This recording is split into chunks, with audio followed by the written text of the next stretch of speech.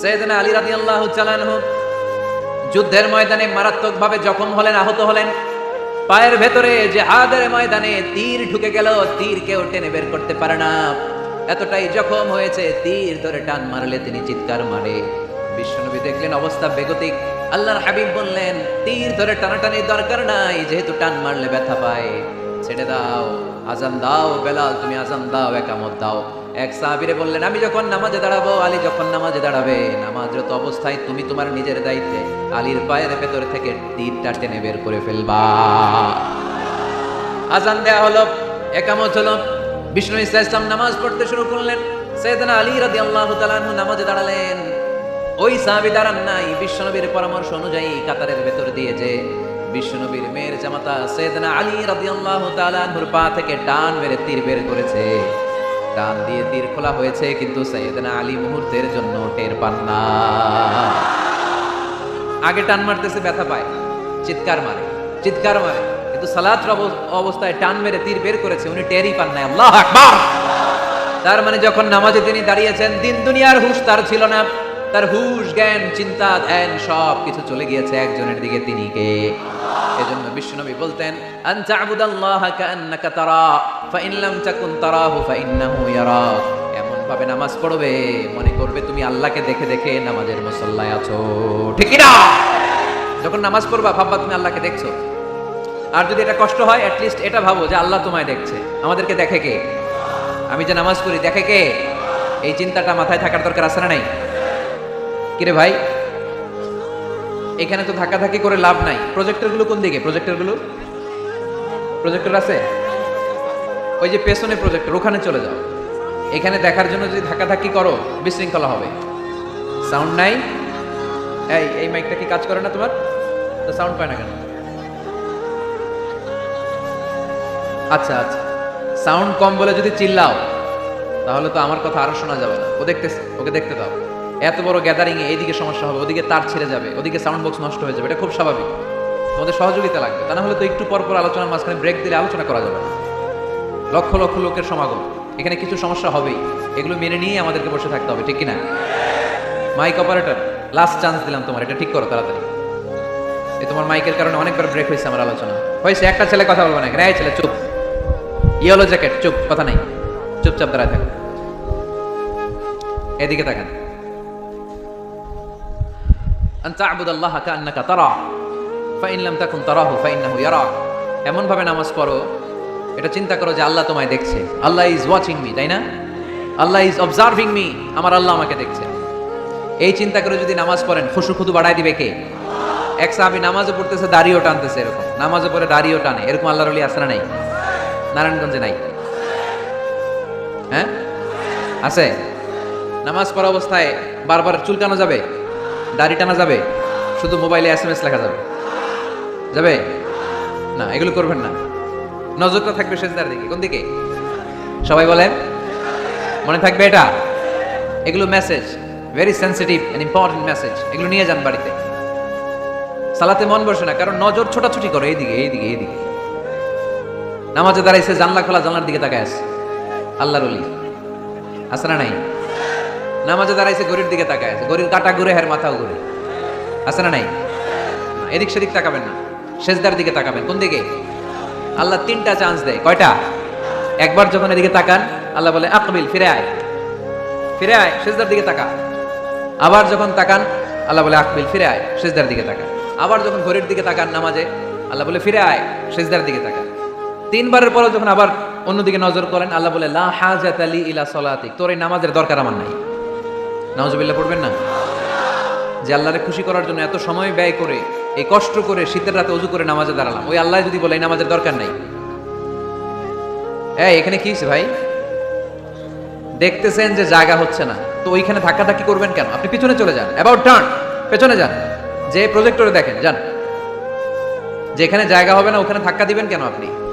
এই জনস্রোতের ধাক্কা অনেকে আহত হয়, এটা করবেন না প্লিজ, এটা করবেন না। আর অল্প অল্প কিছু সময় আমরা কথা বলবো, বারবার ব্রেক করলে তো হবে না, এটা বুঝতে চায় না অনেকে। প্লিজ এরকম করবেন না। একজন আলোচক যখন কথা বলে, তার আলোচনার একটা ফ্লো থাকে, ওই ফ্লোতে সে এগোয়, তার শ্রোতাকে সে কি বলবে একটার পর একটা কথা তাকে প্রেজেন্ট করতে হয়। একটু পরে যদি দেখে হুজুর মাইক নাই, ওদিকে কয় আওয়াজ নাই, আরেকজন কয় আমি নাই, কিছুক্ষণ পরে দেখা যাবে আমিও নাই, আমিও চলে যাব। তো এগুলো করো না, আর অল্প কয়েক মিনিট। তো নামাজে নজরটা থাকবে কোন দিকে? অনেকে এগুলো করে, অনেক মুরব্বী বাবারাও করে, আমি দেখেছি। মুরব্বীরা অনেক সময় নামাজ পড়ে ঘরে কেউ ঢুকলে এমনি তাকায়, আছে না নাই? মুরব্বী বাজানকে বুঝাই দিবেন যে নিয়ম হচ্ছে সেজদার দিকে তাকানো। কোন দিকে তাকানো? খেয়াল থাকবে তো। সাহাবারা যখন নামাজে দাঁড়াতেন, সফরে যখন মরুভূমিতে সালাত আদায় করতে দাঁড়াতেন, মরুভূমির পাখিগুলো সাহাবাদের মাথায় এসে বসে যেত। কারণ পাখি মনে করতো এগুলো খেজুর গাছ। কি গাছ? নড়ে না, চড়ে না, ঠায় দাঁড়িয়ে আছে। পারা যাবে না এরকম নামাজ পড়তে? ইনশাআল্লাহ পড়েন। আল্লাযীনা হুম ফি সালাতিহিম খাশিউন। মুমিনদের প্রথম গুণ, তারা যখন নামাজে দাঁড়ায় ভীত সন্তুষ্ট হয়ে খুশু খুদুর সাথে একাগ্রতার সাথে নামাজ পড়ে, with full of solemnity and submission। ডানে বায়ে তাকায় না, তারা সব সময় টেনশনে থাকে আল্লাহ আমার নামাজ কবুল করলো তো। আর তারা ভাবে হতে পারে এটাই আমার জীবনের শেষ নামাজ। It could be my final salah, perform the salah as if this is your last and final prayer. এমন ভাবে নামাজ পড়ো, চিন্তা করো যে হতে পারে এটাই তোমার জীবনের শেষ নামাজ, আর হয়তো আমি আল্লাহর সেজদা দেওয়ার সুযোগ পাবো না। আজকের মাহফিল শেষ করে আমরা বাসায় পৌঁছতে পারবো, কোনো গ্যারান্টি আছে আমার? আর 10 মিনিট হায়াত আছে আমার, কোনো গ্যারান্টি নাই। আর 2 মিনিট বাঁচবো, গ্যারান্টি আছে? শ্বাস যেটা নিলাম এটা ফেলতে পারবো, গ্যারান্টি আছে? মুসল্লায় যে দাঁড়াইলেন, নামাজ যে পড়লেন, এরপরে আরেকবার নামাজের সুযোগ পাবেন, গ্যারান্টি আছে? তো তাহলে প্রত্যেক নামাজের সময় মুসল্লায় দাঁড়িয়ে আমরা এটা ভাবি না কেন যে এটাই হতে পারে আমার শেষ নামাজ? This could be my final সালাহ, হতে পারে এটাই আমার শেষ নামাজ। এরকম চিন্তা নিয়ে যদি আপনি নামাজে দাঁড়ান, তাহলে মন এদিক সেদিক যাবে। অনেকে নামাজেও দাঁড়ায়, আবার টেলিভিশনে কোন নিউজ দিচ্ছে ওইটার টেনশনও থাকে, আছে না নাই? নামাজেও দাঁড়ায় শেয়ার বাজারের দাম বাড়লো না কমলো, টেনশন করে। নামাজেও দাঁড়ায় মাশরাফি ছক্কা মারলো না আউট হইলো, টেনশন আছে না নাই? যার যেদিকে আগ্রহ ওইটা নিয়ে পড়ে থাকে নামাজে, ওই নামাজকে আল্লাহ কবুল করবে? এই জন্য এমন ভাবে সালাতে দাঁড়াবো, ভাববো যে হতে পারে এটাই আমার জীবনের শেষ নামাজ। আজকে যদি বলা হয় রাত 12টায় মালাকুল মাউত এসে আপনার রূহ নিয়ে যাবে, this night is your last night in your life, আপনার জীবনে এটা শেষ রাত। এখন আপনি যে নামাজের সুযোগটা পাবেন, লাস্ট চান্স, আপনি ওই দিন কি করবেন? আহা, কত সুন্দর করে অজু বানাবেন, তাই না? সাদা ধবধবে পাঞ্জাবি পরে আতর মাখবেন, মুসল্লাটা বিছিয়ে, হায় রে কি সুন্দর নামাজ, কি সুন্দর রুকু দিবেন আপনি। ওই দিনের রুকুটা হবে আপনার জীবনের শ্রেষ্ঠ রুকু, ওই দিনের সেজদা হবে আপনার জীবনের শ্রেষ্ঠতম সেজদা। সেজদায় লুটিয়ে পড়ে চোখের পানি দিয়ে আপনি জায়নামাজ ভিজিয়ে দিবেন, তাই না? কারণ আপনি confirm this is your last সালাহ, এটা আপনার শেষ নামাজ। তো প্রত্যেক ওয়াক্তে যে দাঁড়াই, কোনো গ্যারান্টি আছে যে আরেকটা নামাজের সুযোগ পাবো? তাহলে প্রতি ওয়াক্তেই আমরা এটা ভাবি না কেন যে এটা আমার জীবনের শেষ নামাজ হতে পারে? বিশ্বাসীরা যখন নামাজে দাঁড়ায় তারা ভাবে it could be my last and final সালাহ। চিল্লায় বলতে হবে ঠিক কি না? এজন্য আল্লাহ বললেন ক্বাদ আফলাহাল মুমিনুনাল্লাযীনা হুম ফি সালাতিহিম খাশিউন। সফল হয়েছে তারা, ঈমান এনেছে যারা। ঈমানদারের প্রথম গুণ, তারা যখন নামাজের জন্য মুসল্লায় দাঁড়িয়ে যায়, দিন দুনিয়ার হুঁশ তার থাকে না, তার ধ্যান জ্ঞান চলে যায় একজনের দিকে, তিনি কে? ধীরস্থির ভাবে সালাত করতে হবে, তা'দীলুল আরকান মেইনটেইন করুন। এক সাহাবী নামাজ পড়ে আল্লাহ রাসূল সাল্লাল্লাহু আলাইহি ওয়াসাল্লামের কাছে আসলেন। আল্লাহ রাসূল বললেন সল্লি ফা ইন্নাকা লাম তুসল্লি, যাও নামাজ পড়ো, নামাজ হয় নাই। আবার নামাজ পড়লেন, আবার আসলেন, আল্লাহ রাসূল একই কথা বললেন, সল্লি ফা ইন্নাকা লাম তুসল্লি, রিপিট ইউর সালাহ because you didn't offer your salah in a correct way, in a correct manner.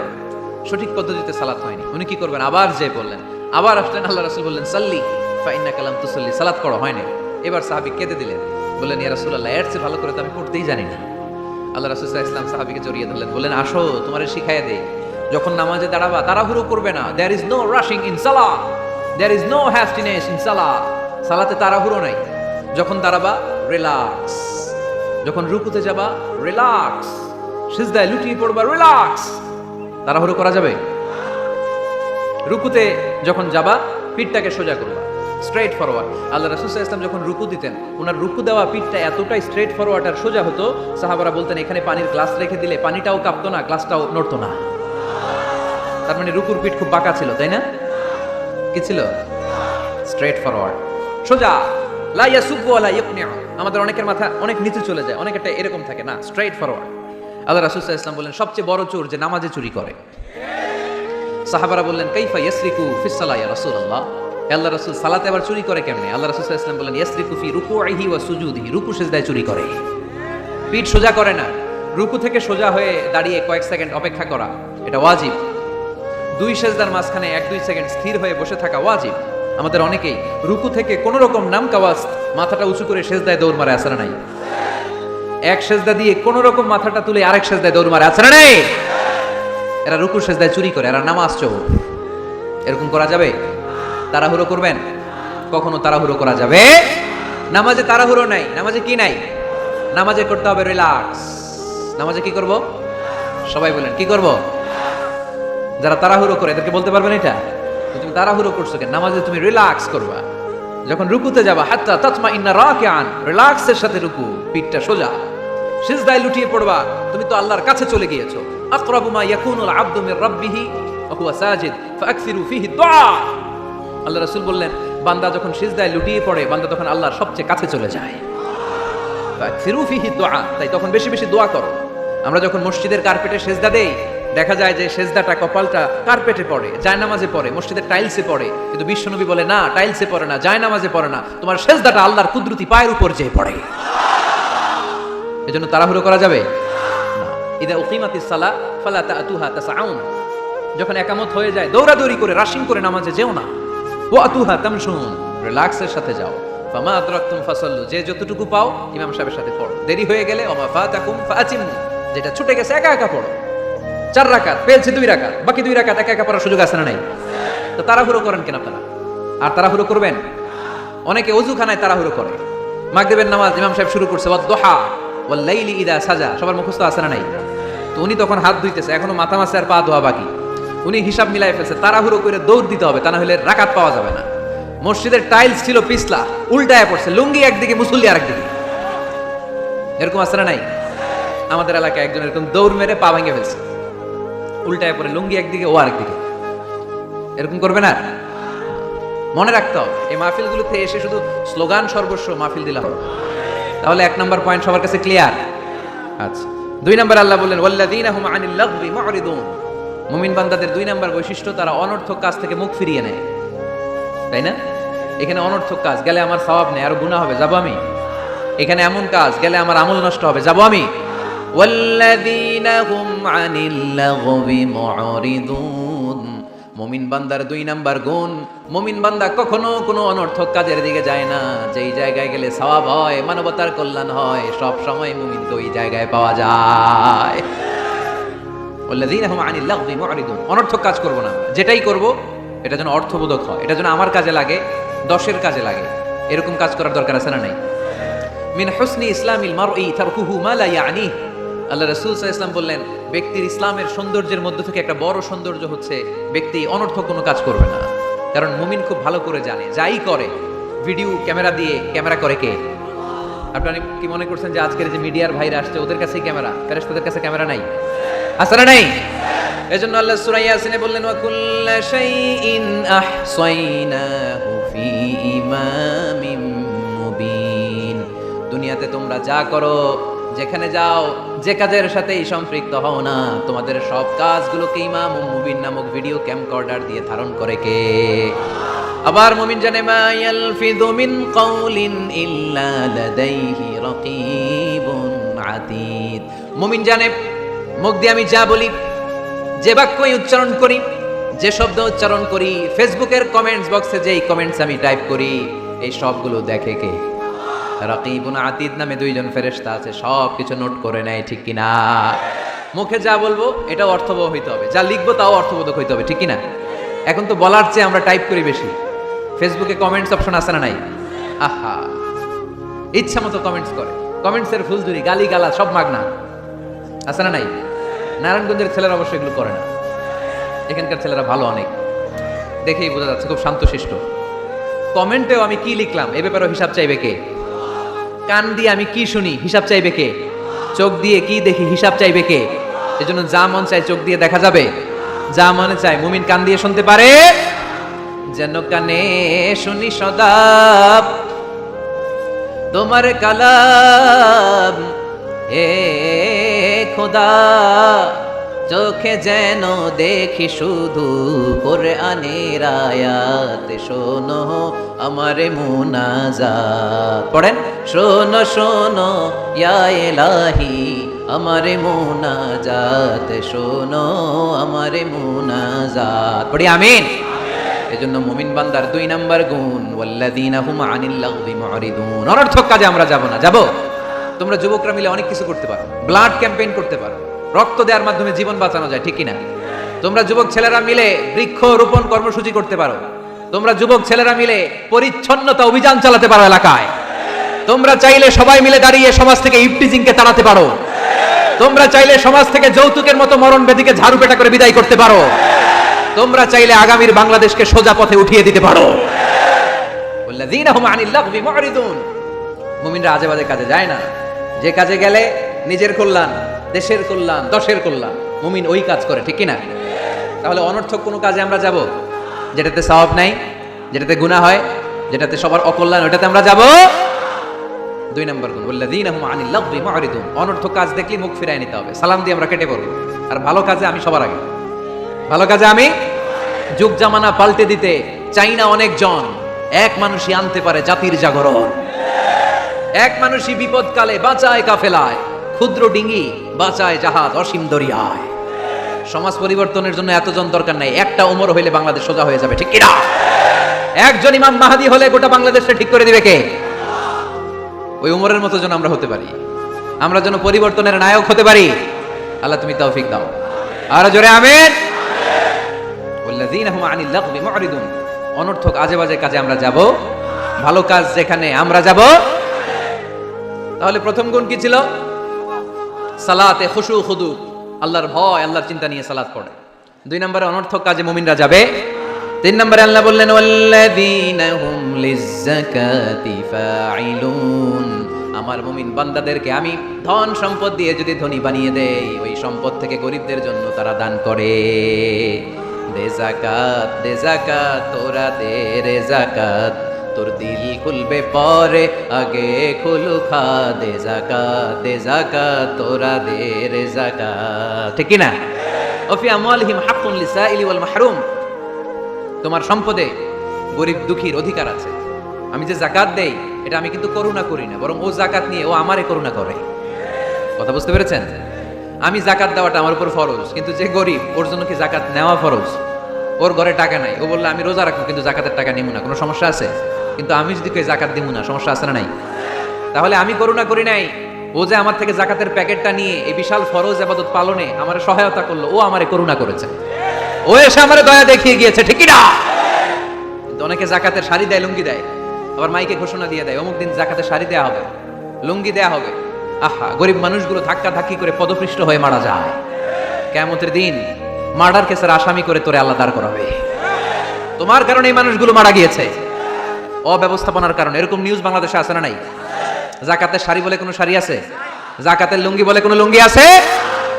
সমাজ থেকে দারিদ্রতা বিমোচনের জন্য যাকাত। এমন কিছু দিবেন যাতে করে সে কিছু করে খেতে পারে। সিএনজি কিনে দেন, একটা ছেলেটা সিএনজি চালাবে, অটো রিকশা চালিয়ে স্বাবলম্বী হবে, ঠিক কিনা? অস্ট্রেলিয়ান গাভী কিনে দেন, গরুর দুধ বিক্রি করে স্বাবলম্বী হবে, ঠিক কিনা? ঝালমুড়ির একটা দোকান বানায় দেন, চায়ের একটা দোকান বানায় দেন, চা বিক্রি করবে, ফুচকা বিক্রি করে ও চলবে, ফ্যামিলিও চলবে। আর যদি একটা শাড়ি, একটা লুঙ্গি, 1 কেজি সয়াবিন তেল আর 1 কেজি চাল দিয়ে দেন, এটা নিয়ে দুপুর পর্যন্ত চলবে, রাত্রে বেলায় আরেক জায়গায় লাইনে দাঁড়াবে।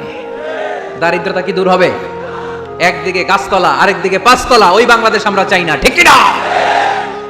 অর্থের সুষম বন্টনের জন্য যাকাতকে ফরজ করেছে কে? এজন্য আল্লাহ বললেন আল্লাযীনা হুম লিয-যাকাতি ফাঈলুন। আমার মুমিন বান্দারা 3 নাম্বার গুণ, তারা যাকাত দেয়, তারা সম্পদ জমিয়ে রাখে না।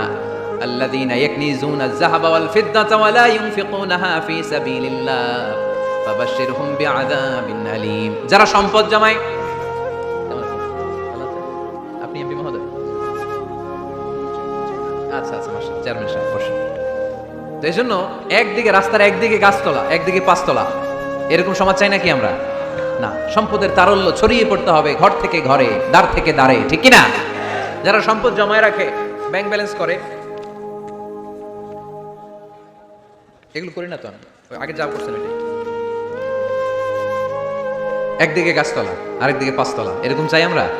না, আমরা চাই এদেশে কোনো দারিদ্রতা না থাক, নো পভার্টি ইন বাংলাদেশ, ঠিক না? এসডিজি সাস্টেইনেবল ডেভেলপমেন্ট গোল আছে 17টা, এর মধ্যে একটা গোল হচ্ছে নো পভার্টি, কোনো দারিদ্রতা থাকতে পারবে না। এজন্য আমাদেরকে কাজ করে যেতে হবে। যারা সম্পদ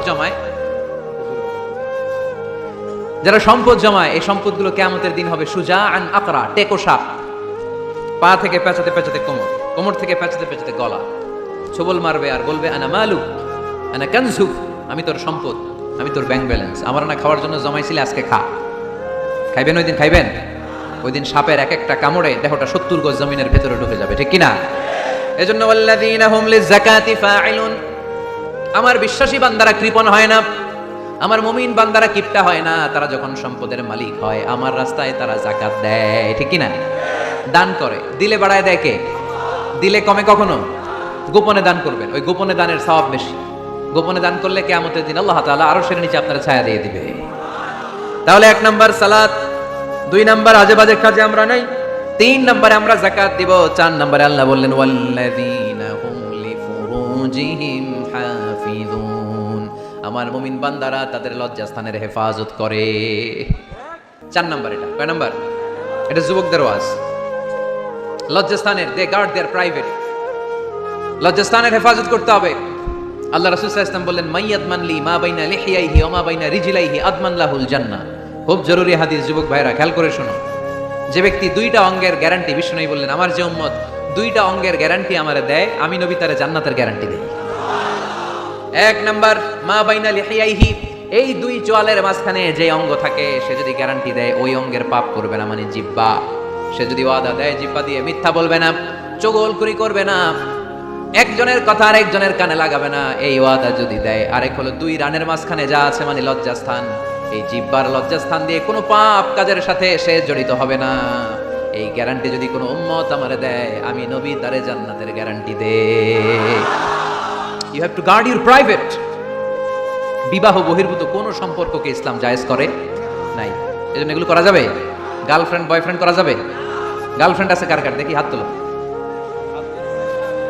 মাশাআল্লাহ, সাহস আছে ওদের, বুকের পাটা আছে। হাত নামা বেটা। এই গার্লফ্রেন্ড বয়ফ্রেন্ডের সাথে আমাদের কোনো সম্পর্ক, আমরা বিয়ে করব। কি করব? বিয়ে করব। চেয়ারম্যান সাহেব বিয়ে করাই দিন, এগুলো আপনার দায়িত্বে দিয়ে গেলাম। এই গার্লফ্রেন্ড বয়ফ্রেন্ড এগুলো ইসলামের কালচার নয়। বিয়ের চেয়ে ভালো কাজ পৃথিবীতে হতে পারে? বিয়ে করতে গেলেই বাপে বলে আগে নিজের পায়ে দাঁড়া। তো এতদিন ও কার পায়ে দাঁড়াইছে? ছেলে মেয়েদেরকে সাহস দেন, ছেলেও পড়বে। ওই যে একজন চিল্লান দিয়ে উঠছে, ওর কমন পড়ছে, কমন পড়ছে। মাশাআল্লাহ। গার্ডিয়ানরা যারা আছেন ওদের দুঃখ কষ্ট একটু বুঝেন আপনারা, মিলাই দেন ওদেরকে, বিয়ের পিড়িতে বসায় দেন। বিয়েতে করলাম, বিয়েতে বরকত। বিয়ের মতো ভালো কাজ হতে পারে না। সব নবীরা বিয়ে করেছেন। আর নিকাহ মিন সুন্নতি, বিয়ে আমার সুন্নাত। ফামান রাগিবা আন সুন্নতি ফালাইসা মিন্নি, যে আমার সুন্নতকে ভালোবাসে না সে আমার উম্মত হতে পারে না। বিয়েটাকে সহজ করে দেন। যেই সমাজে বিয়ে সহজ ওই সমাজে জিনা কঠিন, তাই না? যেই সমাজে জিনা সহজ ওই সমাজে বিয়ে কঠিন। আমাদের সমাজে জিনা করা সহজ, বিয়ে করতে লাগে 10 লাখ, জিনা করতে লাগে 1000, ঠিক কি না? 10 লাখ টাকা ছাড়া বিয়ে করা যায় না। এটা লাগবে ওইটা লাগবে, এই দাও ওই দাও, মোহর দাও, বিশাল অঙ্কের মোহর। 10 লক্ষ টাকা ধার্য না করলে মেয়ে দিবে না, এরকম আছে না? নাই না, এগুলো আসলে ইসলামিক কালচার না। ছেলের বাবা মেয়ের বাবা উভয়কে আমি বলি বিয়েটা সহজ করে দেন, সহজ করে দেন। ছেলে পড়াশোনা করুক, সমস্যা নাই, মেয়েও পড়ুক, কিন্তু তারা পবিত্রভাবে তাদের সম্পর্ককে মেনটেন করুক, ঠিক কিনা? তাদের এই যৌবনের তাড়নায় যে পাপের সাথে জড়াবে তার পার্সেন্টেজ গুণা বাবা হিসেবে আপনার কাঁধেও আছে না? নাই। এজন্য বাবারা সাবধান, মায়েরা সাবধান, বিয়েটাকে সহজ করেন। এই এলাকার যুব সংঘ যারা আছো তোমরা একটা ক্যাম্পেইন করবা এই মাহফিলের পরে, টাইমলি ম্যারেজ ক্যাম্পেইন।